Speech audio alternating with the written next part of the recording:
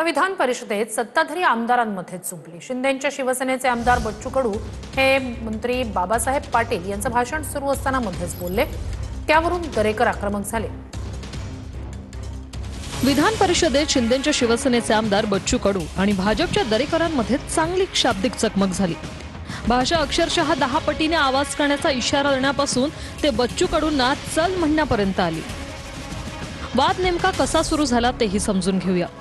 सहकार मंत्री बाबासाहेब पाटील विधान परिषदेत कर्जमाफी आणि शेतकऱ्यांच्या प्रश्नावर उत्तर देत होते, पण त्यावेळी अचानक बच्चू कडू उभे राहिले आणि आपण विचारलेल्या प्रश्नावर बोलत नाही आहात असं म्हणत मध्येच मंत्र्यांना टोकलं। त्यामुळे दरेकरांनी आक्षेप घेतला आणि बच्चू कडू आणि दरेकरांमध्ये विधान परिषदेत शाब्दिक भडका उडाला।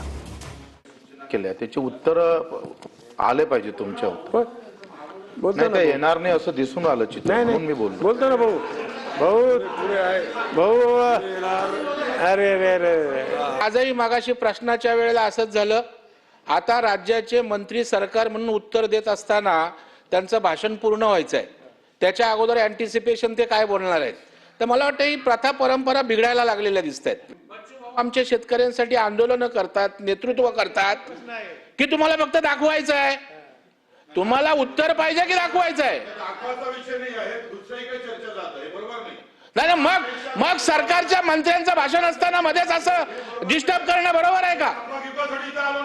तुम्ही ओरडू नका, तुमच्या 10 पटीने ओरडतो, दादागिरी दुसऱ्यांची आहे। तुमच्या या स्टाईलने कामकाज सभागृहाचं चालणार नाही, सभागृहाचं कामकाज दादागिरीवर चालणार नाही आणि तुमच्यापेक्षा 10 वेळा आवाज मी देतो, द्यायचं त्यांना हुल मारा चाल।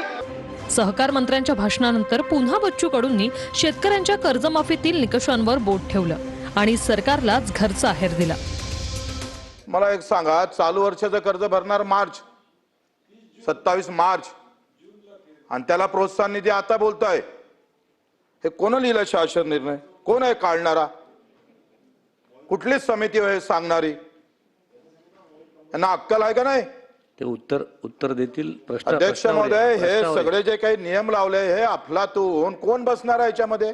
2019चा जो महात्मा फुले मध्ये जो काही लाभार्थी आहे, ज्याला लाभ भेटला त्याला तुम्ही फक्त 50,000 देणार।